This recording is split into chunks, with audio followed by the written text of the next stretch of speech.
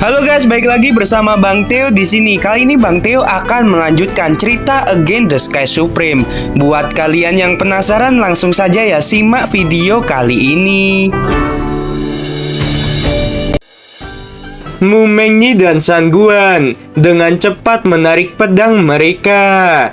Jika tidak, Nanggong Yukin pasti akan mati karena tertusuk oleh pedang. Mu Mengyi mengeluarkan kekuatan spiritual yang masuk ke dalam kepala Nanggong Yukin. Segera, Nanggong Yukin menjadi melemah karena kolam spiritualnya tersegel. Suezian membawa Nanggong Yukin dengan tangan kanannya dan berjalan menuju Tanyun. Pada saat ini, Tanyun, Huang Futingfeng, Ken Xingyi, Bai Li Longtian, San Guan, Jun Buping, Xiao Qing, Luren, Suezian, Mu Mengyi, dan 3 murid divisi jimat masih hidup. Sementara dari 19 murid divisi senjata, hanya tersisa 5 yang masih hidup. Dan dari 15 murid divisi formasi, hanya 5 yang masih hidup. Suezian mendorong Nanggong Yukin di depan Tanyun. Sementara di sisi lain, Bai Li Longtian meletakkan pedangnya di leher Ruyanchen dan berkata, "Kamu berlututlah." Ruyanchen tertawa dan berkata, "Kamu boleh membunuhku, tetapi aku tidak akan pernah berlutut." Ruyanchen tidak meminta belas kasihan. Menurut pendapatnya, dirinya tidak memiliki cara lain untuk bisa lolos dari masalah ini. Tanyun melirik Ruyanchen dan berkata, "Aku akan memberimu kesempatan untuk berubah pikiran. Selama kamu berlutut dan membungkuk kepada para murid sekte suci Huangfu yang sudah meninggal, aku akan membiarkanmu pergi." Ruyanchen terkejut dan memandang Tanyun lalu berkata, "Apakah kamu ingin menggoda tuan muda ini? Aku tahu kamu hanya berbohong dan akan tetap membunuhku." Tanyun dengan tenang melangkah maju dan mencekik leher Ruyanchen dengan tangan kirinya. Dan tangan kanan Tanyun menampar Ruyanchen beberapa kali. Setelah beberapa tamparan, pipi Ruyanchen membengkak. Tanyun berkata, "Selama kamu berlutut dan memberi penghormatan pada murid sekte suci Huangfu yang sudah meninggal, aku akan melepaskanmu." Ruyanchen berkata, "Aku tidak akan pernah mempercayai omonganmu." "Baiklah kalau begitu." Tanyun dengan kuat menggenggam rambut Ruyanchen dengan tangan kanannya dan membantingnya ke tanah. Saat Ruyanchen berteriak kesakitan, Tanyun menarik rambut Ruyanchen. Kaki kanan Tanyun tiba-tiba menendang kaki Ruyanchen dan memaksanya untuk berlutut. Tanyun memegang kepala Ruyanchen dan membuatnya menundukkan kepalanya di tanah. Ruyanchen merasakan sakit kepala dan dirinya menangis. Tanyun tiba-tiba menggenggam jari tangan kiri Ruyanchen dan mematahkannya. Saat Ruyanchen berteriak kesakitan, Tanyun berkata lagi, "Baiklah, sekarang aku akan melepaskanmu." Tanyun melemparkan Ruyanchen ke perahu roh. Setelah itu, Ruyanchen segera mengendarai perahu roh ke langit dan berkata, "Tanyun, tuan muda ini akan membunuhmu suatu saat." Tanyun menatap Nanggong Yukin yang terbaring lemas di tanah. Nanggong Yukin baru saja melihat Tanyun yang menyiksa Ruyanchen. Nanggong Yukin berkata, "Aku akui bahwa aku kalah darimu. Cepat bunuhlah aku. Sebagai gadis suci, aku tidak akan memohon belas kasihan." Mendengarkan kata-kata Nanggong Yukin, Tanyun tidak menjawab, tetapi memandang Mu Mengyi dan yang lainnya dan berkata dengan pelan, Aku punya sesuatu yang ingin dibicarakan dengan Nanggong Yukin. Kalian pergilah dahulu. Mu Mengyi mengangguk dan pergi bersama Huang Futingfeng dan juga yang lainnya. Setelah semua orang pergi, Tan Yun mengatur penghalang kedap suara, menarik napas dalam-dalam, dan berjongkok di depan Nanggong Yukin. Nanggong Yukin tiba-tiba meludahi Tan Yun yang berada di dekatnya. Tan Yun mengerutkan kening, mengulurkan tangannya untuk membersihkan air liur dari wajahnya. Tan Yun memandang Nanggong Yukin dan berkata, "Aku tidak akan menyakitimu. Aku akan membiarkanmu pergi." Tubuh Nanggong Yukin bergetar dan tatapannya sangat membenci Tan Yun yang telah membantai murid Istana Jiwa Ilahi.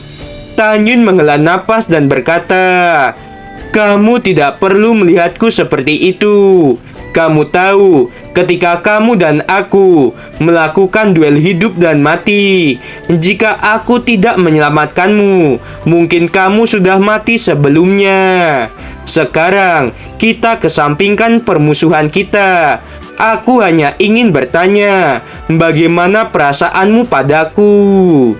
Nanggong Yukin berkata dengan dingin, "Ya, aku akui bahwa aku salah sudah menusukmu sebelumnya. Aku juga mengakui bahwa aku memiliki perasaan yang tidak jelas untukmu. Kita memang tidak memiliki hubungan apapun. Tetapi setiap kali aku melihatmu, aku merasakan perasaan yang akrab dan tidak biasa. Terkadang aku melihatmu terluka. Aku merasakan sakit hati dan sulit untuk bernapas." Mendengarkan hal itu, Tan Yun gemetar dan menatap Nanggong Yukin dengan kebingungan, lalu berkata, "Apakah itu benar?"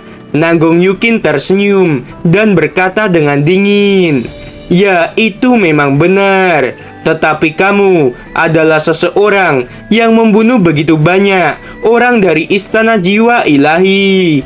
Aku tidak peduli apa yang terjadi antara kamu dan aku. Aku pasti tidak akan membiarkanmu pergi. Tan Yun, jika kamu ingin membunuhku sekarang, kamu bisa melakukannya. Jika kamu tidak membunuhku hari ini, kamu akan menyesalinya cepat atau lambat. Jika kamu membiarkan aku pergi, aku tidak akan pernah menunjukkan belas kasihan kepadamu saat kita bertemu lagi." Mendengarkan hal itu, Tan Yun terdiam beberapa saat dan berkata dengan tenang, "Aku sudah mendapatkan jawaban darimu. Kamu boleh pergi." Setelah itu, Tan Yun mengangkat penghalang kedap suara dan membuka segel kolam spiritual Nanggong Yukin. Nanggong Yukin melesat ke perahu dan segera pergi ke arah timur. Tan Yun menatap perahu Nanggong Yukin dan matanya menunjukkan kesedihan. Di sisi lain, Nanggong Yukin berjongkok di perahu. Air mata menetes di pipinya. Nanggong Yukin bergumam, "Kenapa aku harus jatuh cinta pada musuhku? Kenapa perasaanku padanya tidak bisa dijelaskan?" Nanggong Yukin memang memiliki perasaan yang kuat terhadap Tan Yun. Tetapi hari ini, melihat para murid Istana Jiwa Ilahi semuanya mati karena Tan Yun, membuatnya membenci Tan Yun. Nanggong Yukin menyalahkan dirinya sendiri dan bergumam di dalam hatinya, "Guru, murid ini gagal melindungi para murid Istana Jiwa Ilahi. Aku benar-benar minta maaf." Murid tidak menyangka bahwa Tan Yun dan beberapa murid Sekte Suci Huangfu begitu kuat. Nanggong Yukin sangat membenci dirinya sendiri. Dia membenci dirinya sendiri karena tidak berguna dan gagal melindungi teman-temannya. Nanggong Yukin menyeka air matanya, mengepalkan tangannya dan berkata, Tan Yun, setelah aku mengetahui mengapa aku memiliki perasaan padamu, aku akan membunuhmu. Pada saat yang sama, Ruyan Chen yang melarikan diri puluhan ribu mil jauhnya dengan perahu sekarang merasakan kesakitan. Tulang kaki kirinya ditendang dan dipatahkan oleh Tan Yun, dan 5 jari tangan kirinya juga patah. Ruyan Chen berbaring di sofa dan berkata, "Tan Yun, suatu hari tuan muda ini akan membuatmu tidak bahagia. Suatu hari tuan muda ini akan membuatmu dan sekte suci Huangfu menderita." Di gerbang jurang pemakaman dewa, tepatnya malam hari, Mu Mengyi yang sedang khawatir berkata, "Tan Yun, ada apa?" Tan Yun berkata, "Mengyi, aku baik-baik saja." Melihat Tan Yun yang tidak ingin mengatakan yang sebenarnya, Mu Mengyi berkata dengan sedikit sedih, "Saudara Huangfu Tingfeng dan murid lainnya sudah menunggumu. Ayo cepat kita ke sana." Mu Mengyi juga berkata, "Xian sudah mengambil rampasan harta milik musuh. Dalam uji coba di tanah abadi ini, kita telah memperoleh lebih dari 5.000 senjata peringkat harta karun, dan ada beberapa senjata suci tingkat rendah. Nilai rampasan ini sangatlah banyak. Jika dijual, akan menjadi batu roh yang sangat banyak." Tan Yun mengangguk dan berjalan bersama Mu Mengyi menuju murid lainnya. Pada saat ini, semua orang merasa sedih karena kehilangan teman-teman mereka. Tan Yun menghela napas, memandang semua orang, dan berkata, "Orang mati tidak bisa hidup kembali. Kalian jangan terlalu sedih. Dalam pertempuran, kematian pasti bisa terjadi. Para murid sekte suci Huangfu, mereka mati dengan tidak sia-sia. Kita juga telah menghabisi semua murid sekte abadi dan istana jiwa ilahi."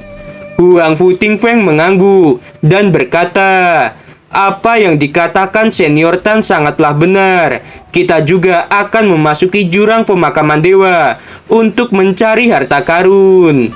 Mu Mengyi, Sui Zian, Bai Li Longtian, Xiao Qing, Jun Buping, San Guan, Lu Ren, Ken Xinyi, dan lainnya mengangguk setuju. Pada saat ini, Huangfu Tingfeng memandang Tan Yun dan berkata, "Senior Tan, apa rencanamu selanjutnya?" Tan Yun merenung sedikit dan berkata, "Sekarang kalian sedang terluka. Kita tidak bisa memasuki jurang pemakaman dewa dengan keadaan seperti ini. Tunggu sampai kalian semua pulih. Setelah itu, kita akan memasuki jurang pemakaman dewa bersama-sama." Mendengarkan kata-kata Tan Yun, mereka semua mengatakan bahwa akan mengikuti semua rencana Tan Yun. Bagaimanapun, semua orang telah menyaksikan kekuatan, kemampuan, dan strategi Tan Yun. Mereka juga sangat mengagumi Tan Yun. Setelah itu, Tan Yun juga memberitahu bahwa murid divisi pil saat ini sedang berlatih di dalam formasi ruang dan waktu, di mana 1 hari di dalam formasi setara dengan 1,5 hari di luar formasi. Semua yang mendengar menjadi bahagia karena mereka bisa cepat memulihkan kekuatan mereka di dalam formasi ruang dan waktu. Tan Yun membawa semua orang dengan perahu roh dan terbang menuju hutan 300.000 mil jauhnya di timur. Dalam perjalanan, Sui Zian terdiam karena semua murid divisi 5 jiwa lainnya tidak ada kabar. Mu Mengyi yang melihat Sui Zian sedih, dia datang ke sisi Tan Yun dan berkata dengan pelan, "Tan Yun, cepat kamu hiburlah Zian." Tan Yun mengangguk dan datang ke sisi Sui Zian. Tan Yun menepuk bahu Sui Zian dan berkata, Gadis bodoh, janganlah menangis. Suezian tiba-tiba berbalik ke samping dan memeluk Tanyun sambil berkata, "Kakak ipar, aku tahu kamu tidak akan suka jika aku membahas murid divisi 5 jiwa." Tanyun berkata dengan pelan, "Sian, menangislah jika itu bisa membuatmu lega." Tanyun dengan lembut memeluk Suezian. Seiring berjalannya waktu, Suezian berhenti menangis dan dia melepaskan pelukan Tanyun dengan sedikit malu-malu. Tanyun melihat luka di tubuh Suezian dan berkata, "Apakah kamu baik-baik saja?" Suezian berkata, "Hanya sedikit sakit. Kakak ipar, aku masih sedih. Apa yang harus aku lakukan?" Tanyun menarik napas dalam-dalam, menatap ke arah langit, dan berkata, "Bukankah kamu selalu ingin tahu rahasiaku? Baiklah, aku akan mengatakannya." Suezian berkata, "Apakah itu rahasia yang hanya diketahui oleh kakak Mengyi dan kakak Xiao?" Tanyun berkata, "Xian, setelah aku mengatakan hal ini, kamu harus berjanji untuk menjadi lebih kuat." Suezian berkata, "Baiklah kakak ipar." Setelah itu, Tanyun membuat penghalang kedap suara. Tanyun berkata, "Xian, pernahkah kamu mendengar tentang reinkarnasi?" Suezian menjawab, "Aku pernah mendengarnya. Tapi bukankah itu hanyalah sebuah dongeng?" Tanyun tersenyum dan berkata, "Itu tidak benar." Suezian berkata dengan kebingungan, "Kakak ipar, apa maksudmu mengatakan hal itu? Apakah kamu pernah mengalami reinkarnasi?" Tanyun menganggukkan kepalanya dan berkata, "Aku dikutuk dan memasuki siklus reinkarnasi." Tanyun tampak sedih dan tidak memberitahu Suezian tentang identitasnya sebagai Hongmeng Supreme. Tetapi mengenai pengalamannya saat reinkarnasi, Tanyun memberitahu pada Suezian. Ketika Suezian mendengarkan pengalaman reinkarnasi Tanyun, Suezian meneteskan air mata. Suezian berkata sambil menangis, Kakak ipar, siapa musuhmu? Dan siapa kamu yang sebenarnya?" Tanyun berkata, "Ketika waktunya sudah tepat, aku akan memberitahumu siapa aku yang sebenarnya. Selain itu, kamu harus bertambah kuat." Tanyun berkata lagi, "Xian, mungkin murid divisi 5 jiwa masih ada yang tersisa." Mendengarkan hal itu, Suezian mengangguk dan menatap Tanyun, lalu berkata, "Kakak ipar, jika murid divisi 5 jiwa masih ada, tolong jangan bunuh mereka." Tanyun tersenyum dan berkata, "Baiklah, aku berjanji padamu." Suezian tiba-tiba berdiri dan mencium pipi Tanyun. Setelah itu, Suezian berlari ke arah Mumengyi sambil tertawa. Tanyun menyentuh pipi yang dicium oleh Suezian dan menggelengkan kepalanya. Mumengyi menatap Suezian dan berkata dengan sangat pelan, "Apakah kamu menyukai kakak iparmu?" Jantung Suezian berdebar kencang. Dia menatap Mumengyi dan berkata, "Kakak, apa yang kamu bicarakan?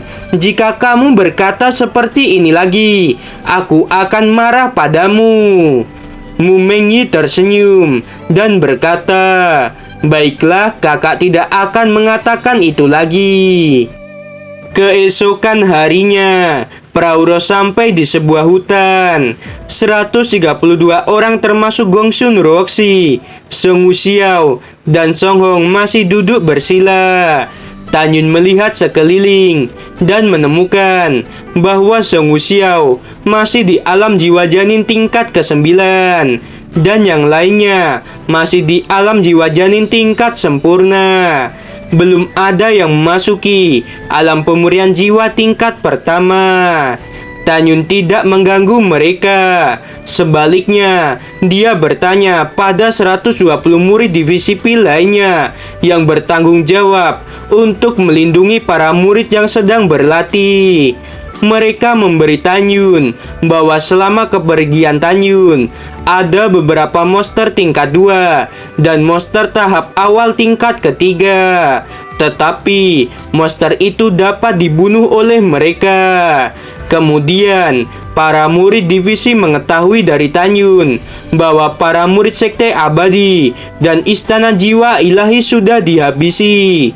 Hal itu membuat mereka semakin kagum pada Tanyun. Selain itu, para murid divisi Pil cukup bingung. Mereka ingat dengan jelas bahwa Ken Shinyi ingin membunuh Tanyun, Mumengi, dan Suezian. Mengapa sekarang mereka seperti teman, tetapi tidak ada seorang pun yang bertanya mengenai hal itu? Tanyun duduk bersila dan bersiap untuk melahap benih api yang tersisa, dan sambil menunggu singa naga emas pulih. Suezian, Mumengi, dan yang lainnya juga ikut duduk bersila. Setelah 40 hari di dalam formasi ruang dan waktu tingkat atas, api es Hongmeng setinggi 6 kaki menelan benih api beratribut es. Api es Hongmeng meningkat menjadi setinggi 7 kaki. Api es Hongmeng sekarang dapat menghancurkan senjata harta karun tingkat tinggi dalam sekejap mata. Tanyun mengeluarkan benih api selanjutnya yang akan diserap oleh api Hongmeng. Setelah 1,5 bulan di dalam formasi, api Hongmeng akhirnya bisa menyerap benih api peringkat subsuci, yaitu benih api Qingling. Kekuatan api Hongmeng telah meningkat tajam dan menjadi salah satu kekuatan yang diandalkan oleh Tanyun untuk menghadapi musuh.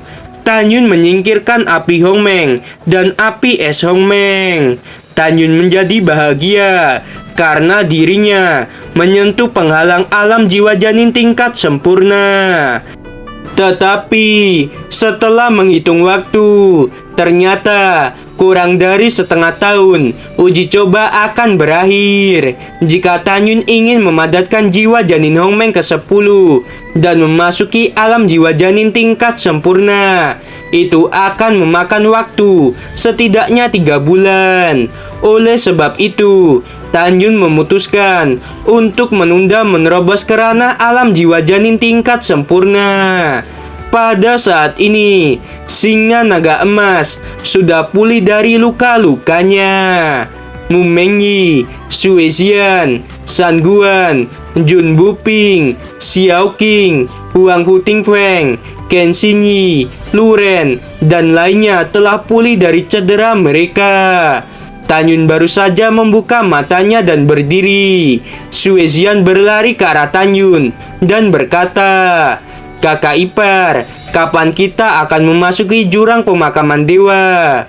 Suezian juga berkata, "Kakak ipar, singa besar ini telah sembuh dari luka-lukanya. Itu berarti dia siap melindungi kita." Tanpa menunggu Tanyun berbicara, Mumengi datang ke sisi Tanyun dan berkata sambil tersenyum, "Xian, apakah kamu lupa? Kita akan menunggu murid divisi Pil menerobos ke ranah alam pemurnian jiwa. Setelah itu, kita akan pergi ke jurang pemakaman dewa." Suezian berkata, "Kakak, aku sudah tidak sabar." Gongsun Nuruoksi yang duduk bersila bergerak sedikit dan memancarkan aura alam pemurnian jiwa. Suezian berkata, "Lihat, senior Gongsun dipromosikan ke alam pemurnian jiwa." Huang Hutingfeng, Ken Shinyi, dan Jun Buping menatap Gongsun Nuruoksi dengan kaget. Seperti yang kita semua tahu, jika seseorang di ranah alam jiwa janin tingkat sempurna ingin memasuki alam pemurnian jiwa tingkat pertama, orang itu harus memurnikan jiwa surgawi, jiwa bumi, dan jiwa kehidupan. Selain itu, mengubah 3 jiwa dan 7 jiwa menjadi sebuah jiwa janin yang memberi kehidupan. Proses perubahan itu disebut sebagai pemurnian jiwa. Pemurnian jiwa adalah memurnikan 3 jiwa dan 7 jiwa menjadi sebuah jiwa janin di kolam spiritual. Jika berhasil memurnikan 1 jiwa janin ke dalam kolam spiritual, itu artinya orang itu berada di ranah alam pemurnian jiwa tingkat pertama. Jika 3 jiwa dan 7 jiwa dimurnikan menjadi 10 jiwa janin di kolam spiritual, itu berarti seseorang telah mencapai ranah alam pemurnian jiwa tingkat sempurna. Jika seseorang di alam pemurnian jiwa tingkat sempurna ingin menerobos ke ranah alam jiwa ilahi, orang itu harus dapat mengendalikan jiwa janin yang berada di kolam spiritual dan melewati proses kesengsaraan.